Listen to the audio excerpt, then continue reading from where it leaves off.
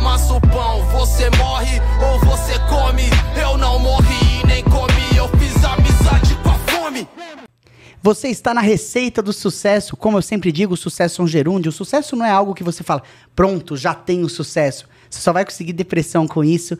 E hoje, para conhecer um ingrediente do sucesso, um ingrediente o que você precisa para, de fato, estar mais próximo do sucesso, eu tenho comigo o Adriano. Adriano, o cara é amigo meu, tá? A gente se conhece desde de 2012, no curso da FIA. Tava pensando nisso ontem. Foi 10 bem, anos, né, 10 cara? anos, nego. É. E é engraçado que esse curso mudou minha vida. O curso da FIA mudou minha vida completamente. Seja pelas amizades que eu fiz lá, que a gente... talvez hoje a gente não seja tão próximo quanto era, óbvio que é normal, né? A vida segue. Só que até a oportunidade que eu tive dentro da Melts, do Paulo Conrad, do Grupo Restaure e tal, surgiu por conta desse curso, certo? Uma galera muito boa, né, cara? A gente teve gente da Lupo, gente da Porto Belo que eu fazia parte, teve você, teve gente do Boticário. Então, assim, o aprendizado na turma mesmo já era Swarovski, Nut Bavarian, caramba, uma galera, cara, exato. uma Se você galera... começa a falar aqui, gente, tem um monte de gente, é muito um legal. monte.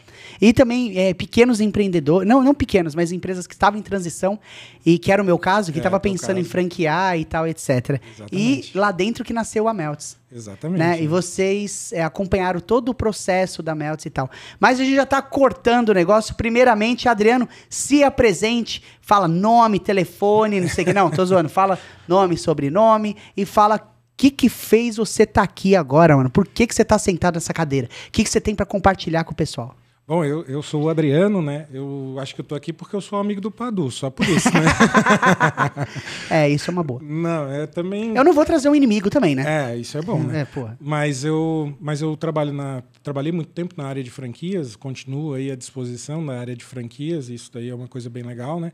E também acho que falar um pouquinho a respeito de atitudes empreendedoras, intraempreendedorismo, acho que isso daí é o que a gente vai falar hoje, correto? Não sei, cara. Eu quero falar outra coisa que você não falou. Então tá, pode ser. Então vamos começar com outro assunto, que é o seguinte.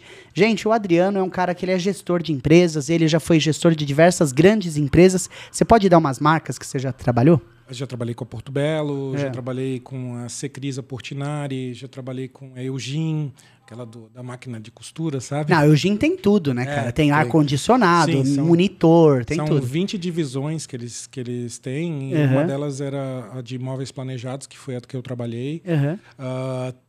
Também trabalhei no Paranabanco. Então, assim, são algumas marcas grandes, assim. Tem outras pequenininhas. Pequenas, quais?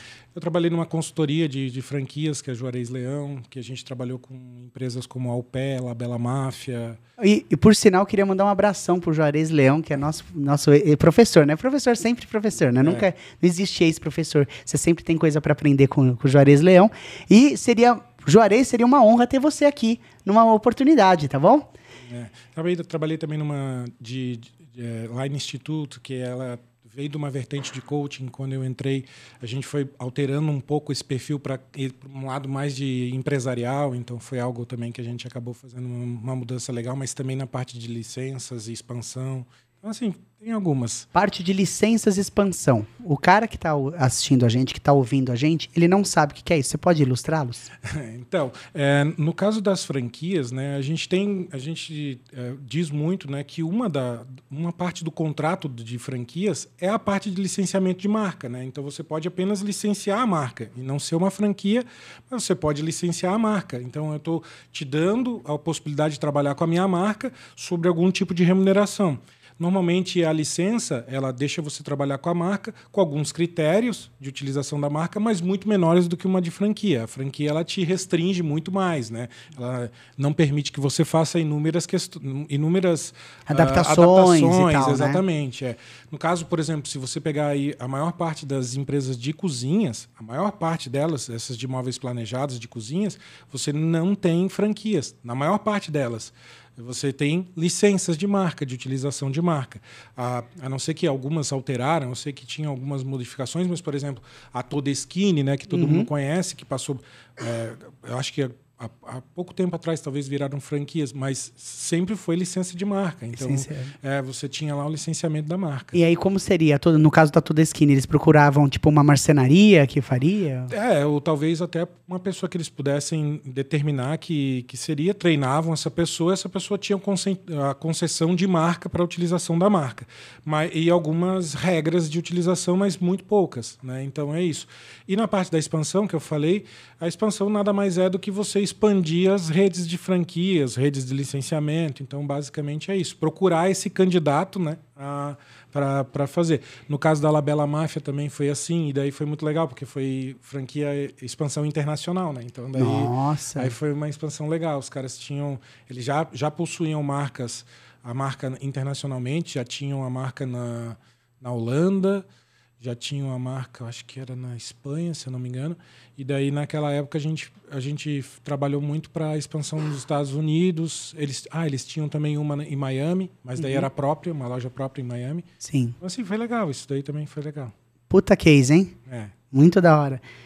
Adriano, agora a gente quer uma coisa assim, por que eu trouxe ele? Que é o seguinte, gente. Além dele ter essa vasta experiência no segmento de franchising, porque como nós trabalhamos para a parte de a receita do sucesso, então o que acontece? São receitas, né? São caminhos, né? Que a receita mais ou menos é isso, é um manual que te dá, tal, um passo a passo e tal.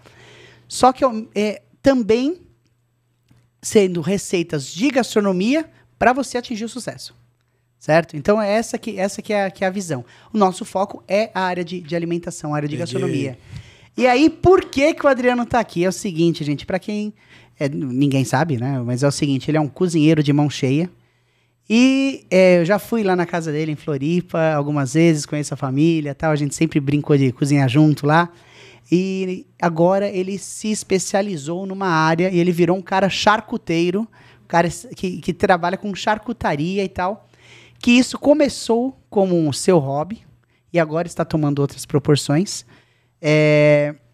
E a gente, no nosso público, a gente vai ter tantas pessoas que, de repente, o cara já tem uma loja, ele já tem uma loja, o restaurante dele já está rodando, já está indo legal, tal, e ele está pensando em franquear, então é legal ele te ouvir. E também tem um outro público, que seja grande, que é a grande maioria, que são pessoas que, às vezes, elas também fazem alguma coisa por hobby.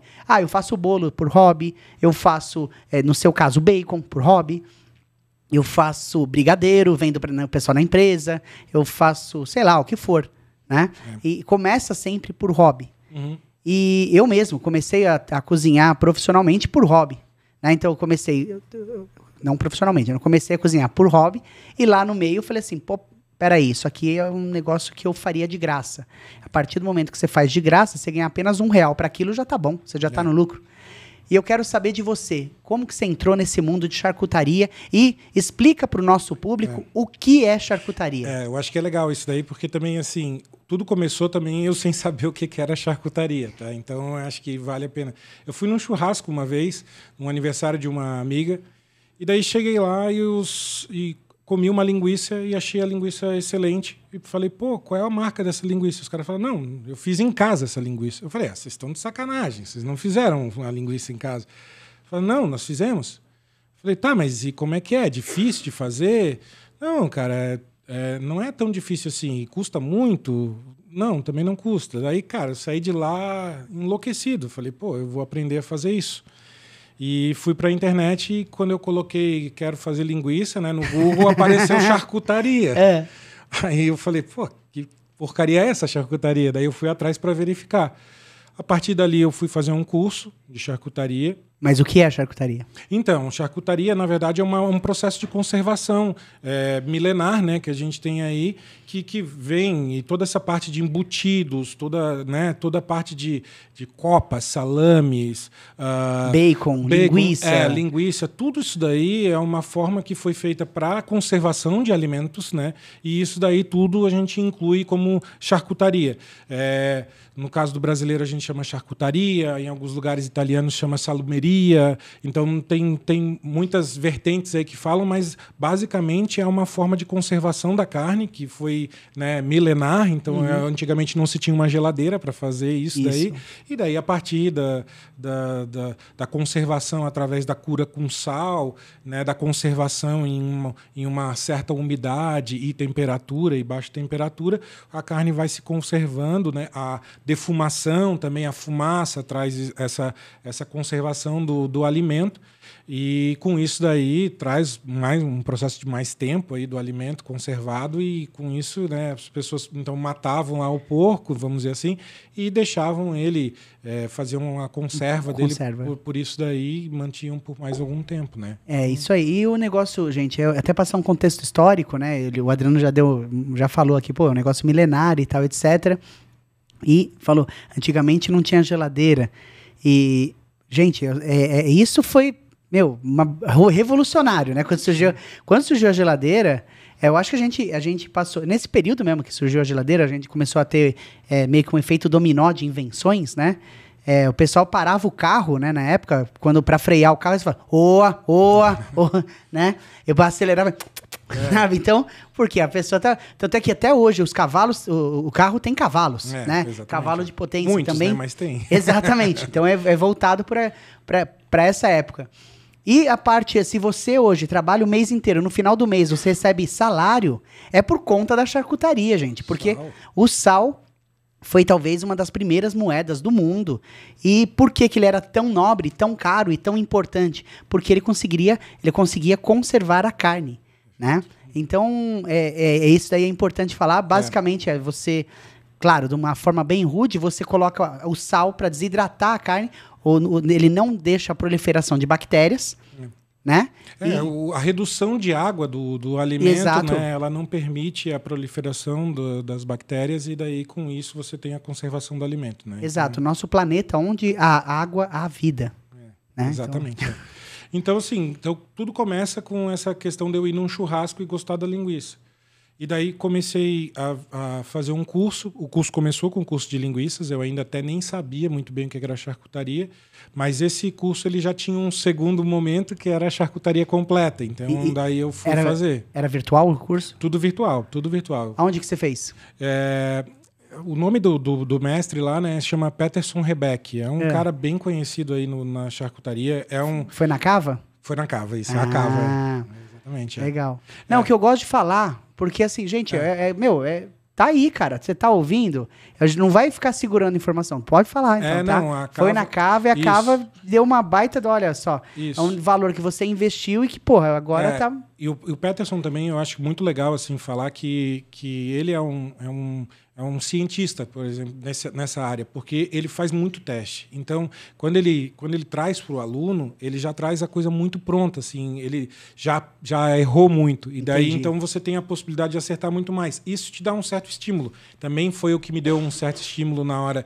Eu fui estudando, e daí, a partir daí do estudo, isso foi me ajudando a montar uma estratégia. Mas... daí também vem dizer o seguinte, né? Eu passei um tempão estudando, mas sem execução. Isso foi uma das coisas que aconteceu na pandemia comigo, né? E uma coisa que ele falou do Peterson, que é o seguinte, os fracassos, né? A tentativa e erro.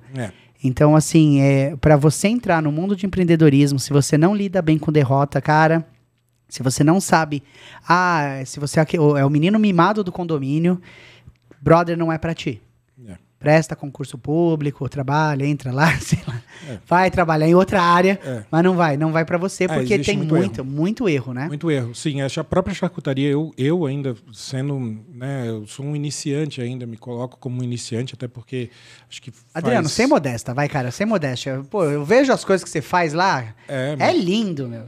Não, mas super assim... artesanal, trabalho bonito, trabalho que você vê que você se dedica para isso. Isso, não, mas assim, eu tenho acho que 1 ano e meio aí que eu tô produzindo.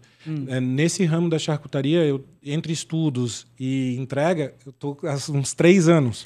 Então, assim, a execução mesmo, ela veio há 1 ano e meio atrás, mais ou menos. E agora que eu estou começando a tirar, inclusive, produtos mais complexos, né? Aqueles produtos que ficam 1 ano de maturação, 1 ano e meio de maturação. Esses produtos aí, que para nós, né, charcuteiros, esse daí esse é o produto que é o enche filão. o olho, né? Aquele prosciutto, né? Exato. Então, isso daí é um negócio legal.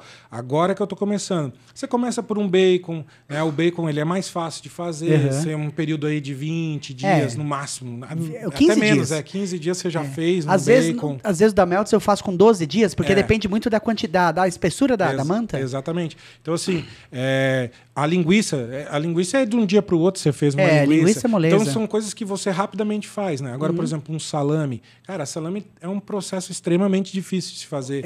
Porque ele tem além da cura, ele tem fermentação, e daí tem a maturação. Cara, eu já perdi, não tem, em dezenas. Assim, o pior de tudo, tu acerta a primeira e tu não sabe por quê. Porque dá errado nas outras. Daí dá errado nas outras, cara. Aconteceu a mesma coisa comigo quando eu tava fazendo salame. Eu ficava assim, mas que diabo que aconteceu, sabe? É um absurdo, e aí, mas faz parte. E, Adriano, não sei se você sabe também um outro contexto histórico, essa parte de charcutaria, quando dava errado, eles faziam assim, eles raspavam, só que ficava um sabor forte, né? Acho que eles não iam jogar carne fora. Eles raspavam e comiam aquilo lá. Essa eu não sabia. Eles comiam, muitas vezes comia. Cozinhar, cozido e tal, desmembrava o bicho, mas não jogava fora. E aí que eles faziam? Eles colocavam molhos lá pra dar sabor, ou pra mascarar o sabor, muitas vezes até de carne podre, velho. E daí saiu quem? O ketchup, você acredita? Caramba, essa eu não sabia. Saiu dessa história, desse negócio, olha só. E, então, beleza. Agora, voltando. Você me falou que você estudou o negócio há quase 3 anos atrás, né? 3 anos. Mais ou menos isso. E colocou em prática 1 ano e meio depois. Por quê? Então, cara, eu acho que assim, são 2 coisas que dá para falar. A primeira coisa é por causa do meu perfil comportamental. Né? Fale mais. Então, assim, dando um pouquinho de contexto, né? Nós normalmente temos 4 perfis comportamentais, né? O executor, o comunicador, o planejador e o analista. Né? Os perfis, né, tenho 2 perfis que se destacam bastante, que é o planejador e o analista. Quando você tem esse perfil, é o tipo de coisa que você tem que ter tudo muito preparado, muito planejado, tudo muito analisado, até para você colocar em prática. Então você pensa, repensa, refaz, faz cálculo, faz isso, faz aquilo, mas não coloca em prática. E isso daí é uma coisa que, durante a pandemia, eu comecei a olhar para dentro e comecei a falar, até com um trabalho de psicóloga, essas coisas assim, eu comecei a falar, cara, eu preciso alterar isso no meu perfil. Porque como no meu trabalho, espontaneamente, né, isso daí, na verdade, é um perfil automático, vamos dizer assim. Se eu não cuidar disso, eu estou sempre sendo planejador e analista. Agora, se eu cuido, se eu sei que eu sou assim, eu tenho a oportunidade de alterar isso daí e sempre me controlar. Então, se eu, por exemplo, vejo que eu sou procrastinador por conta disso, porque um planejador ele é automaticamente procrastinador. Porque ele não executa as coisas. Né? Ele planeja e vai procrastinando. Então, eu sei que eu sou assim, o que eu faço? Eu começo a alterar pequenas coisas na minha vida. Então, por exemplo, se eu sei que eu tenho que fazer algo, a primeira coisa que eu vou pensar é assim, eu faço agora. Eu vou fazer agora. Senão, se eu deixar para depois, eu vou procrastinar. Então, o que acontece? Eu parei e comecei a pensar, cara, eu preciso começar a executar mais coisas. Pô, tem esse curso e eu não fiz nada. E a outra coisa, eu fui também numa sessão de análise e ela perguntou para mim assim, tá, mas quais são os teus hobbies? E, cara, eu parei e eu falei, eu não consigo responder uma pergunta como essa. E é uma pergunta básica, simples, cara. Eu, quando era mais jovem, eu jogava basquete, daí ferrei o joelho, parei de jogar. Aí tocava violão na época de faculdade. Acho que tinha muito a ver com as gatinhas, né? Pra gente ter um approach melhor, né? Claro, claro. Então, assim, eu cantava, eu chegava lá. E daí, no final das contas, acabou a faculdade e comecei a namorar, não precisava mais disso. Então, talvez parou um pouco isso. Não, tô brincando, mas assim... Não tá não, cara. É a verdade. É verdade, tem que ser dita. Mas assim, a gente... Eu comecei a parar de tocar violão, até por causa da questão do trabalho. A vida começou a ir para um lado e tu começa a ter outros objetivos e para um pouco. Então, aí o outro hobby meu era a cozinha, né? Que era algo até que eu estava fazendo bem, mas assim, mas mas tranquilamente. E muito estudando bastante também cozinha, mas né, nunca fui para um lado que nem tu, que chegou a ir para uma faculdade, essas coisas todas, muito mais uma cozinha de estudos ali, livros e consumo de YouTube, essas coisas assim. E daí, cara, eu falei, meu, pô, eu tô parado com esse negócio lá, tenho tempo, tenho vontade de fazer alguma coisa diferente, vou botar isso para rodar. E foi onde daí eu falei, vou executar de qualquer maneira. Isso daí também foi uma outra coisa, cara. Porque, assim, aí também o meu perfil planejador, cara, não dá para começar pequeno. Para mim, cara, se é para fazer uma meta, cara, se é para jogar uma pedrinha para cima, cara, já planeja tocar essa pedra na lua, entendeu? Entendi. Só que para jogar a pedra na lua, cara, isso se torna um projeto super complicado. Então, às vezes, você deixa de jogar a pedra para cima e saber o mais alto que você pode ir, porque você coloca uma meta muito inatingível. E, no final das contas, era isso que eu fazia. Então, eu falei, cara, vamos fazer de qualquer jeito. E comecei, cara. Aí, daí falei com meu pai, depois de comecei em casa. Cara. Olhei para a churrasqueira lá de casa. Eu moro num apartamento, tu sabe disso? Sei, sim. E falei assim, como é que eu vou fazer para defumar dentro dessa churrasqueira, aí chamou os bombeiros. E daí, cara, eu pensei, estudei um pouco como fazer, cara, fiz um varelzinho, peguei e fechei a churrasqueira, cara, e fiz. Um fumeiro ali. Tinha um exaustor. A minha maior preocupação era a minha esposa chegar e me tirar de casa, né, cara? Mas assim, quando ela chegou a primeira vez... quando ela chegou a primeira... Não, a fumaça, graças a Deus, cara, a churrasqueira era tão boa que ela puxava bem. Nossa, era bom mesmo, hein? Não jogava pra fora, era mais o cheiro. Na minha casa parecia que você tava... Se minha mãe chegou em casa e tava assim, ó. Não. Graças a Deus a churrasqueira era bem boa, cara, e daí ela expulsava bem a fumaça. A fumaça também de defumação, ela não pode ser, né? Tem que ser aquela fumacinha azul, smoke, né? Então... mas quando você tá começando, né, meu filho? Eu comecei a defumar, eu fazia ali, parecia o show do Rapa, cara. Você olhava ali, você não via nada. Planet Ramp tava tocando, sabe assim? Então, não, no meu caso, não. No meu caso, assim, como eu estudei, os caras também, eles já tinham muito essa técnica, eles vendiam já um negocinho que você fazia, então foi mais fácil. E depois daí para mim foi no forno, então eu comecei fazendo desse jeito. Fui para a churrasqueira, fiz a defumação a frio, né, que a gente chama, que não tem calor, né, e depois o calor eu fiz dentro do forno. O problema só é que a casa ficava uns 3 dias com cheiro de bacon, mas a minha esposa gostou do bacon. As roupas devem ficar uma maravilha. Não, assim, fechava a casa inteira, né, para fazer isso, mas assim, foi tranquilo e fiz, cara. Aí depois, a segunda etapa foi isso. Foi tipo assim, olha, olhei para a casa do meu pai e falei, pô, tem um espacinho na casa do meu pai, vou conversar com ele para ver se ele faz. Mas eu fui bem tranquilo para falar com ele, né? Oi, seu Hélio, tudo bem? Eu falei... Senta aqui, não tenha tanta pressa.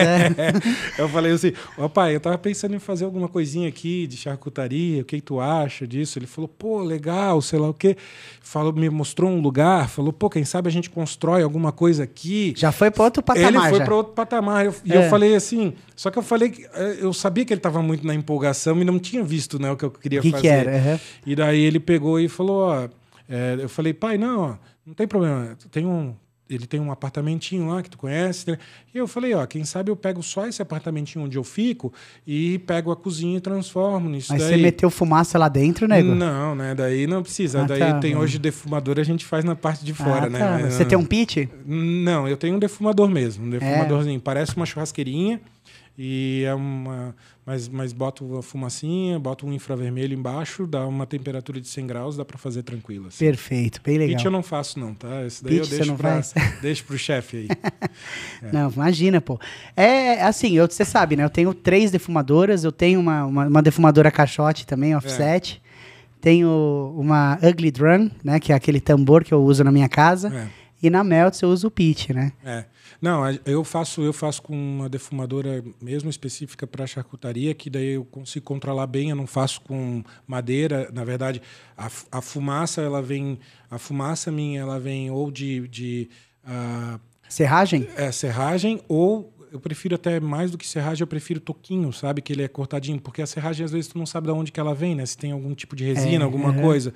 Apesar de quem eu compro normalmente são bons fornecedores. Né? É assim, como é um hobby, eu não vejo tanto problema de você ter custos a mais, entendeu? Então, assim, faço tudo sempre com uma qualidade superior. Então, assim, tem que pegar especiarias, eu pego de um lugar específico, ou da Cava, que eles vendem, né? Ou da Cipria, que são os caras bem bons de Curitiba. Os caras têm temperos de tudo quanto é tipo, assim, super legais. Então eu acabo sempre indo para um lado bom, assim.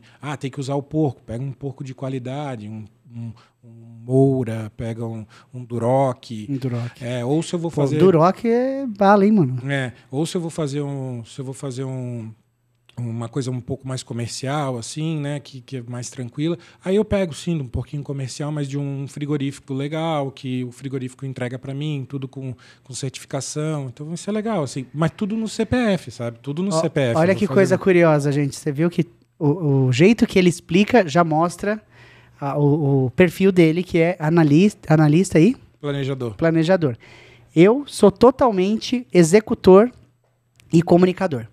Tipo, eu faço as coisas, eu nem sei. Sabe aquele cara que entra pra fazer as coisas, não sabe como vai voltar? Esse é meu jeito. Eu não vejo os negócios e tal. Aquela tática meio kamikaze e tal. Acontece muito pelo seu perfil, até porque assim, o jeito de você explicar um negócio, você sabe, assim, é bonito de ver, né? Mas acontece contigo de você sofrer coisas de repente, iniciar uma coisa e não acabar? Não, comigo raramente acontece isso, mas assim, com certeza é muito por causa de que eu não deixo no automático. Eu não deixo no automático. Você trabalha para isso? Eu trabalho para isso, porque se eu deixar o meu perfil, ele me leva a isso. Te leva a começar... Me leva a começar e não terminar. Por exemplo, um curso online. Cara, curso online, tem curso online que demora... Esse daí, por exemplo, eu demorei quase 2 anos para fazer. Mas assim, eu fiz, entendeu? Mas assim, não leva uma sequência. Às vezes um executor como você... eu faço tudo na hora. Vai tudo na hora, né? Vai tentar pegar todo o tempo, preencher todo o tempo possível. Com isso. Eu não. Eu tenho que me planejar e fazer assim, eu preciso fazer. E assim, daí chegou um momento que eu falei, fiquei algum tempo fora. Então, peraí, deixa eu voltar, vamos pegar o curso de novo, vamos de novo. Então, assim, isso daí é uma coisa que é uma prática. Eu não faço muito isso daí, porque é o seguinte, assim, desde cedo, meu pai sempre falou muito isso daí. Qualquer coisa assim, por exemplo, faculdade, eu lembro, cara, começar a faculdade, pai, não estou gostando da faculdade, acho que eu vou dizer, não, meu filho, continua mais um semestre. E ele faz, sabe, essa sacanagem que ele ia fazendo comigo. Aí depois, quando chegava na metade, daí fala, tu já fez metade, agora termina, sabe? Sei. Então era mais ou menos isso. Então, uma certa forma também, não me deixava não terminar as coisas. E isso daí desde a infância. E foi te doutrinando, né? E foi, mas assim, pelo meu perfil, se deixar, cara, se tiver alguma coisa, por exemplo, que me incomoda ou que eu não gosto muito, por exemplo, estudar coisas que eu não sei a relevância ou para onde que vão me levar, cara, isso daí me acaba. Por exemplo, eu não conseguiria fazer um concurso público. Aliás, até testei fazer isso daí uma vez. Cara, começa a estudar aquilo lá e começa a me dar uma aflição. Porque estuda o quê? Que depende de cada concurso que você vai fazer. Mas, por exemplo, no caso, o concurso que eu fiz, que era um concurso para administração, para cargos de administração, cara, tu tinha que estudar uma paulada de direito. E um monte de coisa que eu falava assim, para mim não faz sentido isso para minha vida.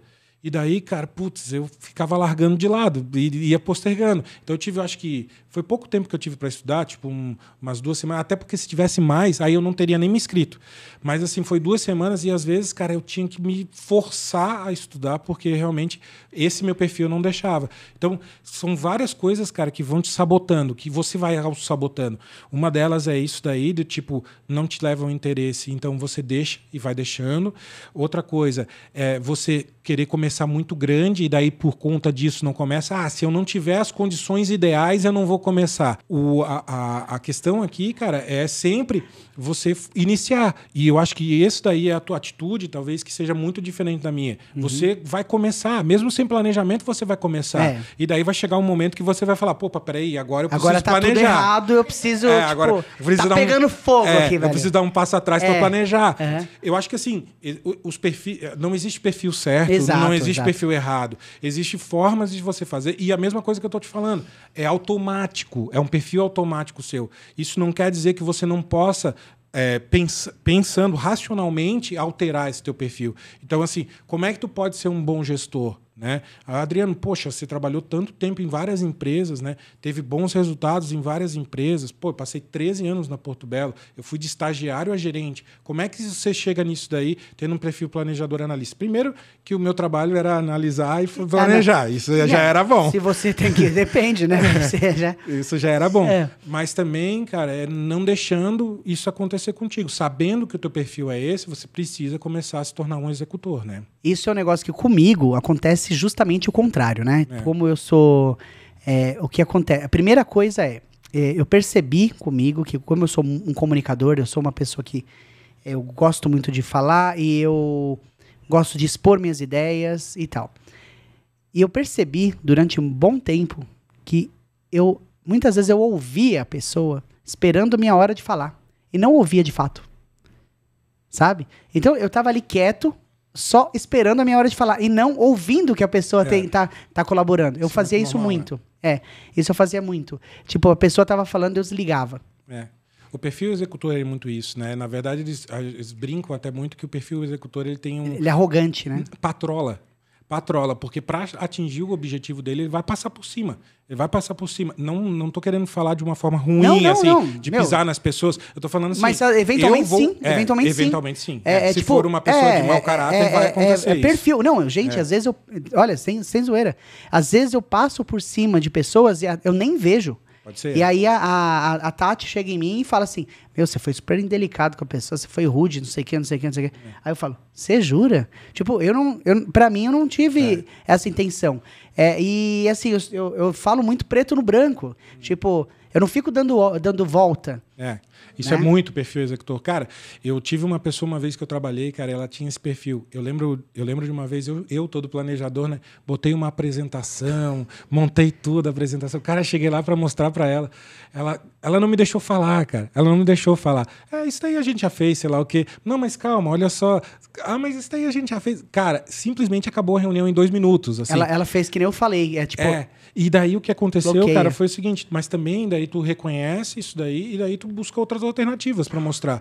No final das contas, a gente fez um ótimo trabalho com ela. Eu lembro que na época, assim, a gente mais do que dobrou o faturamento da empresa em meses, cara. Foi incrível por causa de um trabalho que a gente fez planejado executado. E daí executado por ela, entendeu? Que legal. Muito Porque bom. eu vou te dizer assim, o que mudou na minha vida especificamente foi quando eu fiquei com a Tati. Porque a Tati, ela tem um perfil mais analista, né? Mais analista e mais planejador. Ela é executora também, só que se comparar assim, o meu grau de execução com o grau de execução da Tati, é diferente. Sim. Só que ela é muito mais planejadora do que eu e muito mais analista. Então a gente consegue trabalhar junto. Isso, mas a todo momento ela fica me puxando, falando nossa, você foi grosso com a pessoa, não sei o que, tal. Nossa, você não sei o que. Aí, ou se não, tipo... Eu tenho... O que acontece também, eu não sei assim, mas eu vejo muito as pessoas que têm o perfil assim, que a gente já conversou disso, né? A pessoa ela tem iniciativa e não tem acabativa. Isso é verdade também. Quando eu começo um negócio, eu faço tudo de uma vez só. Então, por exemplo, eu me preparei para hoje, certo? Então, eu li um livro na madrugada. Certo? Eu li um livro na madrugada para eu ter assunto, para eu conseguir falar e tal, etc. E aí também passa uma certa arrogância, que é o meu perfil tem isso, o executor. Ele fala assim, não, na hora que apertar eu vou lá e faço o bagulho. Isso também é verdade. Sabe? Aí tipo assim, não, todos os meus trabalhos foram feitos de última hora. Sabe? De coisa assim, tipo, porque eu chego lá... E para quem tem o meu perfil, é sofrimento isso. É muito sofrimento. Pegar pessoas assim sofre. Mas é isso, cara. Assim, mas é o que eu tava falando, cara. Assim, o que eu acho que como dica, assim, não deixa de fazer, cara. Sabe? Bota as caras, erra, aprende. O mais importante mesmo é tentar. E daí foi isso. Cara, quando eu botei na cabeça que assim, eu deveria tentar, aí eu fui lá e fiz, cara, entendeu? E daí é o seguinte, o que tá rodando, assim, né? Pra eles terem uma noção do tamanho, só para saber que realmente é hobby, né? Eu produzo hoje em dia mais ou menos uns 5 a 10 quilos de carne por mês, é mais ou menos isso que eu faço. Eu não tenho tipo de inspeção sanitária, porque eu faço para consumo próprio e faço para consumo de amigos, eu só faço para amigos também. Desculpa, deixa eu falar aqui um negócio que é assim, a gente tem que falar a real. Aqui, gente, aqui no Brasil, a gente tem esse problema que você não consegue migrar de ser pequeno para ser grande nessa área. Você tem que ser enorme, você tem que ser pequeno e ser enorme. Esse gap, você vai trabalhar, meu, é pirata, certo? Eu vejo o queijo da canastra. A gente... Tanto exemplo, você viu que o case atrás que aconteceu com a Roberta Sudibrac? Que jogaram todos os queijos dela embora porque ela comprava de pequenos produtores de Minas e tal. Pô, queijos premiados fora do Brasil. Houve um aqui em São Paulo, um caso aqui em São Paulo que foi emblemático, que eu, inclusive aqui em São Paulo estava mudando a lei justamente por causa disso. Isso. E ela foi uma das precursoras, claro. Que puxou muito isso daí. Foram 100 quilos de queijo jogado fora. Queijo bom, gente. Assim, não existe nenhum tipo de controle de qualidade. Não se verifica se o produto estava bom ou não. Na verdade, o que se faz... Tem etiqueta? Não, joga fora. O que aconteceu nesse caso, inclusive, foi... Eles cavaram um buraco na própria propriedade da pessoa. A pessoa cavou... Olha só, ele produziu, ele cavou o buraco e jogaram criolina e fecharam o buraco, cara. Tu imagina isso daí... Nossa, depois de matou um filho, velho. Produtora artesanal, 100 quilos do teu produto ser jogado fora assim. O que tu falou, assim, nós temos que analisar... Eu acho que nós temos que analisar de duas maneiras, assim. Existe sim uma questão sanitária que deve ser muito respeitada. Tem que ser, com certeza. Porque isso mata pessoas. Então, assim, eu tenho essa consciência de que quando eu faço, eu estou fazendo para minha família. Eu estou fazendo para minha família. E isso daí me leva à consciência de que eu preciso cuidar muito com a forma como eu vou tratar aquele produto, como que eu vou cuidar da higiene, do local, do espaço, tudo isso daí. Eu acho que... E isso daí... Até a quantidade de sal de cura que você vai colocar. Exatamente, exatamente. Quantidade de sal de cura que eu vou utilizar, porque isso daí também, em quantidades diferentes, pode causar câncer, pode causar outros problemas. Então, assim, eu tenho essa consciência, mas tem gente que não tem. Tá? Então, assim, a questão sanitária, ela tem que existir. O que o Padu falou aqui, que eu acho que é bem importante que a gente coloque, é o seguinte: você não consegue ser um pequeno produtor com pequenas... pequena produção, cara. Você tem lá 100 quilos. Com padrões assim que... Não, você... Na hora que você quer certificar, na hora que você quer... Né, você já precisa dar um salto grande. Você precisa já ter um investimento alto. Né? Então, assim, você não consegue sair de uma produção pequenininha ali... Que faz pra minha casa, aí, pô, começou a crescer e tal, etc. Aí você vende sem falar pros outros que você vende... Né? Aí você vai e coloca, tipo, principalmente esses produtos mais delicados, né? Tipo, prosciutto, salames ou tal, né? Esses daí que são um grande vilão, assim. Isso, então, assim, você tem que sair para uma coisa... Então, assim, como isso ainda não se tornou o meu único trabalho, então eu ainda continuo fazendo dentro de casa e, na verdade, assim, é para meu consumo e para o consumo de amigos, assim. E amigos de amigos, vamos dizer assim, meu amigo quer porra, Adriano... Ele gostou muito e tal, porra. Fui lá, apresentei o teu produto, o cara gostou muito, será que tu... Aí eu fiz um grupinho VIP lá, a galera fala, eu mando lá, tenho isso daqui, eu queria isso, queria aquilo, pronto, e é isso daí, entendeu? Então, assim, é uma produção pequena, mas o que mais importante pago os porquinhos que eu compro, é isso daí que é a intenção, sabe? Pago os porquinhos que eu compro e para mim, continua me desafiando a fazer outros produtos. Então, assim, eu não tinha feito ainda nenhum pernil, sabe? Daquele pernil inteiro, com osso, aquela coisa toda. Semana passada eu resolvi fazer para testar. Quanto tempo, velho? 1 ano de cura isso aí? Esse daí vai de 1,5 para mais até, cara, de maturação. Quantos quilos? Esse daí era pequeno, uns 7 quilos. Tá. Eu peguei um comercial, até porque o comercial ele tem... Não, e outra, né? Gente, imagina o seguinte, você faz um produto que demora 1 ano, 2 anos. Aí na hora que você vai experimentar, fala, puta, não gostei, tá ruim. Então isso acontece. Agora poderia ser pior, imagina se você fizesse uísque. Não é verdade? Apesar de que isso daí também já caiu um pouquinho por terra, né? Porque já dizem que é meio a meio, né? Que tipo, tem meio do blend, da né, quantidade velho? dos anos e meio. A não ser single malt, né? Que daí é tudo blend hoje em dia. Tem até abacaxi no bagulho. Então é isso, cara, assim, mas assim, a gente resolvi colocar em prática e tô fazendo lá. Assim, é muito legal porque continua sendo um hobby. Cara, assim, é muito legal falar, eu gosto muito de falar, porque assim, cara, nas primeiras vezes eu comprava uma banda inteira de porco. Uma banda inteira desse tamanhão aqui, aí cara.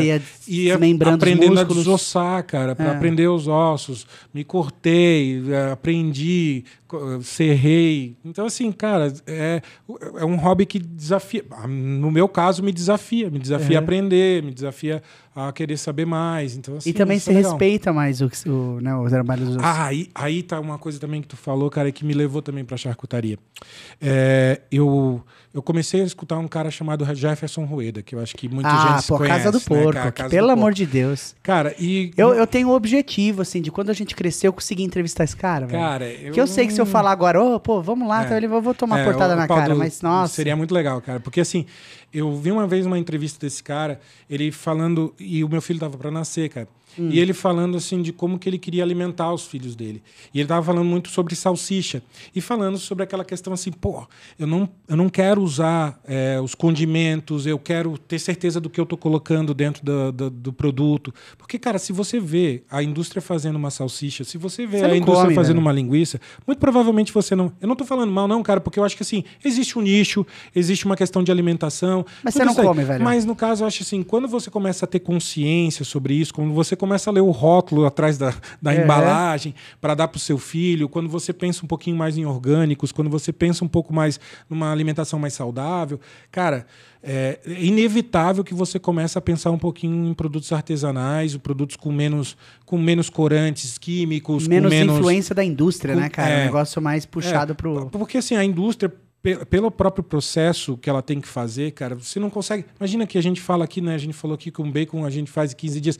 Cara, 7 dias... Faz em 2 dias esses bacon sadia. No caso de um artesanal, 7 a 10 dias é só para cura do produto.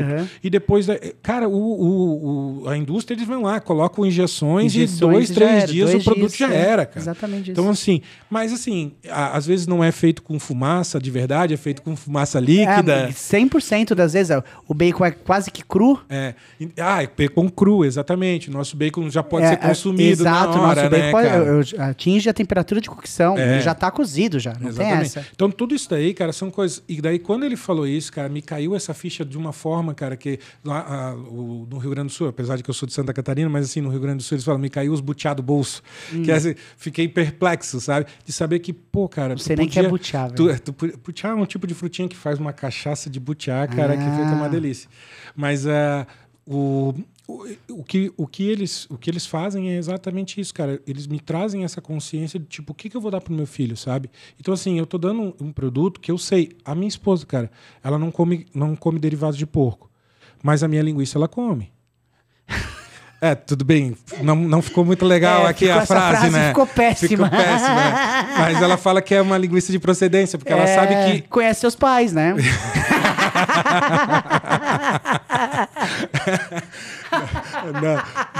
Mas, cara, assim, ela na verdade, cara, ela vê que eu pego um pernil, que eu vou lá e faço o processo com o pernil. Eu não pego sobras, eu não pego restos, eu não pego a carne mecanicamente separada, né? Que pega lá o osso de 100 animais e vai lá e retira aquele pouquinho de carne que tem para transformar em um produto, né, cara? Então, assim, são coisas desse tipo que acabam transformando também, e eu acho que isso daí tem muito a ver também, né, na gastronomia. Eu acho que é muito legal isso daí. Né, com certeza, isso é muito importante. Adriano, agora eu queria que você falasse um pouquinho de intraempreendedorismo. Você que é uma pessoa que já trabalhou com diversas coisas tal, etc. Me passa um pouquinho, velho. O que eu acho legal é que, assim, né, tu sempre busca muito essa parte do empreendedor, né, Pablo? Exato. Então tu sempre leva pro empreendedor. Sempre. Mas eu vejo muito, cara, e se fala muito pouco, principalmente no Brasil, desse intraempreendedor. Fale mais. Né? Às vezes você não precisa realmente abrir uma empresa para empreender. Às vezes você está dentro de uma empresa e você começa a empreender dentro da própria empresa. Cara, eu procuro pensar, eu pensei uma vez a respeito disso, eu refleti um pouco a respeito disso e cheguei à conclusão assim, parece que quando o teu sobrenome se transforma no nome da empresa que tu trabalha, por exemplo, o Adriano da Porto Belo, cara, eu tenho quase certeza que nesse momento você começou a empreender dentro daquela empresa. Você é um empreendedor. Porque você começa a se incomodar com as coisas da empresa, você começa a vestir a camisa da empresa, né?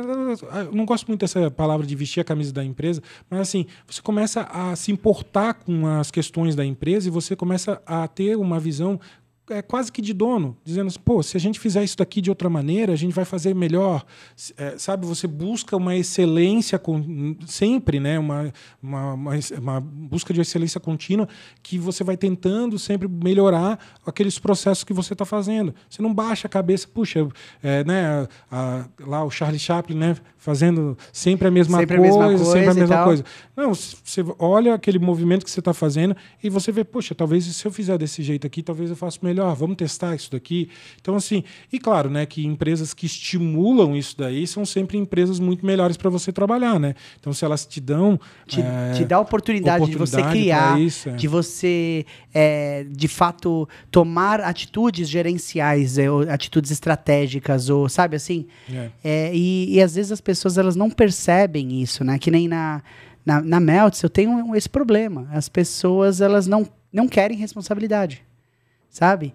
E ela acha que eu tenho que fazer tal coisa. A pessoa posterga o máximo, ela fala, é sempre o fulano que fez. Gente, quem que fez tal coisa? O fulano que fez, eu sei que ninguém toma partido. Mal sabe elas que se ela tomasse partido, aí sim as coisas funcionariam, né? Porque, como eu digo sempre, você quer... eu tenho uma visão, talvez... Quando a gente está na liderança de uma empresa, muitas vezes a gente tem uma visão isolada. E o que eu vou falar, o que eu vou fazer, não é certeza que vai dar certo. Não. Certo? E eu preciso que outras pessoas debatam comigo, ou falem, não sei o quê, poxa, me dê uma outra visão, me dê um outro ponto de vista. Só que a pessoa simplesmente abaixa e fala assim, sim, não, mas o chefe falou que era para fazer assim, então vamos fazer assim. Que nem eu falei pro pessoal setar o mise en place do bar de um jeito XYZ, com gelo, tal. Beleza. Cara, era pra fazer isso. Pra mim, na minha cabeça, era óbvio que era pra fazer isso de sexta e sábado, que tem um movimento, pauleira. E eu deixei claro quando eu falei isso pras pessoas. Gente, isso é a guerrilha de vocês. Que a guerrilha é quando o restaurante tá pegado.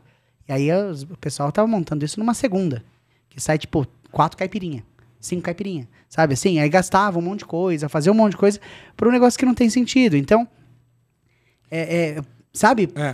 Isso é carente mesmo no mercado. Sabe uma coisa que transforma essa questão do intraempreendedorismo, que fala um pouco sobre intraempreendedorismo? É assim, ó. Sabe aquela pessoa que fala pra você assim, eu só estou fazendo o meu trabalho? Cara, essa pessoa não compreende sobre isso. Ela não faz ideia. Só estou fazendo o meu trabalho. Então, tipo assim, foi dada uma ordem, ela vai lá, sem pensar, ela vai lá e faz, e executa apenas. Uma pessoa que ela tem a capacidade de pensar um pouco e dizer, poxa, se a gente fizer desse outro jeito, vai ser melhor. Mais ou menos o que tu estava falando, né? Você pega um bar, né? Você sabe, a pessoa trabalha no bar todos os dias. Ela entende que o bar tem certos momentos que está mais corrido, tem certos momentos que não. Tem certos momentos que ela precisa de mais material, tem certos momentos que não. Mas, cara, se for pelo padrão, ela vai fazer sempre do mesmo jeito.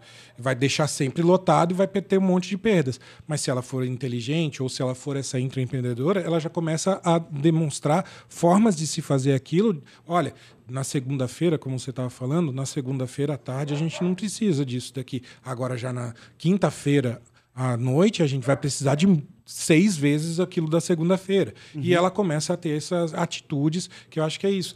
Esses tempos até aconteceu uma coisa comigo. Não é um exemplo lá dos mais maravilhosos, mas é o seguinte. Perto do colégio do meu filho tem uma zona azul. Você sabe o que é a Zona Azul aqui em São Paulo? Sim. Né? Estacionamento rotativo, né? Que chama, né? Só que é o seguinte, o colégio... Aqui chama Zona Azul também. O colégio fez uma parceria com a polícia municipal lá, com a guarda municipal, para, durante o horário que os pais vão buscar os filhos, que eles tenham aquele espaço, o espaço onde fica a Zona Azul livre, desde que você deixe o pisca-alerta ligado, né? E você vai e volte em poucos minutos, né? Bom, eu cheguei com o meu carro, estacionei, eu vi que tinha uma pessoa da Zona Azul. Mas eu falei, o colégio já me mandou memorando. Eu liguei o meu sinal, entrei e busquei o meu filho. Cara, foi coisa de menos de 1 minuto, porque, juro, eu entrei, peguei meu filho e voltei. Voltei pro carro. Quando eu cheguei no carro, olha só como foi tão pouco tempo. Ela estava ainda terminando de digitar o negócio para imprimir o negócio. E eu cheguei e falei para ela, poxa, eu não acredito que você vai fazer isso comigo. Daí ela falou, mas não tem tempo de espera. Eu falei, sério? Não tem tempo de espera? Menos de 1 minuto não tem tempo de espera? Ela falou, eu estou fazendo o meu trabalho. Quando ela falou isso, eu pensei exatamente isso que eu estou te falando. Poxa... Ela não compreende. Ela não compreende, porque é o seguinte, eu estou fazendo o meu trabalho dela, ela está querendo tirar uma carga de que ela poderia ter pensado ou sido uma pessoa, pelo menos, tipo racional, assim, poxa, se eu esperar pelo menos 5 minutos, se bom essa pessoa senso, não né, sair... cara? É um bom senso. Se ela não sair, tudo bem. Daí eu tenho o dever pela empresa, de zelar pela empresa que eu estou, né? Mas no momento que eu faço isso, né? E daí, cara, eu mostrei para ela todo o negócio do colégio, falando, não, mas a Guarda Municipal não passou isso para nossa empresa, eu não estou sabendo disso, toma aqui o teu negócio, pronto. E me fez, tudo bem que era um negócio para pagar R$2,50, mas mesmo assim, eu estou falando muito mais pela situação do que pelo próprio dinheiro em si, né? Então, assim, eu acho que quando você passa a tentar compreender as coisas, fazer de uma forma melhor dentro da empresa, você já está sendo isso. E, claro, obviamente, quando a empresa ela também te dá esse reconhecimento, quando ela te dá esse espaço, tudo isso daí acaba se tornando esse empreendedor. E daí você para de ter aquela carga de ser empreendedor. Durante muito tempo, cara, eu tentei ser empreendedor, sabe? Sério? Sem notar essa parada. Cara, o primeiro MBA que eu fiz foi de empreendedorismo global. Ixi. Porque eu queria ser empreendedor. Só que o problema que tem é o seguinte, quanto mais você estuda sobre empreendedorismo, mais medo você tem de ser empreendedor. É verdade, é verdade. Não, porque você não tem sentido, é uma doideira. Todo mundo vai falar, mano, isso não vale a pena. Não, exatamente. É. E daí, cara, outra coisa, e mais ainda o meu perfil. Planejador, exato, o meu analista. ainda, eu vou lá e, putz, eu pulo de paraquedas, seu paraquedas. Aí eu começo a estudar, daí faz plano de negócio, faz isso, faz aquilo, sabe? Chega uma hora que tu fala, não, nem a pau, prefiro aqui, ó, trabalhar aqui no que eu tô fazendo, que eu ganho meu salário, ganho bem, graças a Deus, e vou fazer isso daí. Só que daí, por outro lado, tem aquele teu desejo pessoal, que é o seguinte, peraí, mas eu preciso crescer nessa empresa. Como é que eu vou crescer? Empreendedor. Entre empreendedor. Aí tu tem que pensar como um cabeça de empreendedor. Aí tu tem que tomar riscos. Fazer parte de fato das dores dessa pessoa. Exatamente. Pô, crescer do lado do cara. Isso. Toma riscos, né? Obviamente que esses riscos eles vão ser menos do que o empreendedor. Porque afinal quem tem a grana e quem vai investir e que vai perder, se for o caso, é aquele cara. Você não perde, você continua com o seu salário ali, entendeu? O empreendedor é que perde. Mas por outro lado, ele também ganha. Mas por outro lado também tem a opção de ganhos, entendeu? Então assim, existe uma medida aí, mas o intraempreendedor também. E daí foi onde eu comecei a pensar, puxa, mas também eu não preciso disso daí. Eu não preciso sair de uma empresa para ser um cara feliz, né, sendo empreendedor. Né? Nesse momento da minha vida eu passo por de novo um momento assim de tipo, poxa, será que empreender não vale a pena? Será que ir para frente para outros negócios? Mas aí, cara, é tudo muito mais maduro, as coisas vieram, já foram, sabe? Pô, agora nesse momento eu tenho 42 anos, cara, então assim, eu tenho só de estrada aí de empresas quase 25 anos de trabalho em empresas. Então assim, cara, aí um chão, vai, né? Vai, volta, sabe? Tu já foi, tu já voltou. Poxa, vou empreender, não vou empreender, vou passar, não vou passar. Então, mais ou menos isso daí que aconteceu, cara. Gente, infelizmente eu tenho que encerrar esse episódio. E foi uma aula, tanto de charcutaria, quanto de perfil profissional, quanto de, agora, intraempreendedorismo, que é um tema. Você me falou isso, eu falei, puta merda, eu preciso abordar mais isso, sabe? Eu preciso falar mais sobre isso.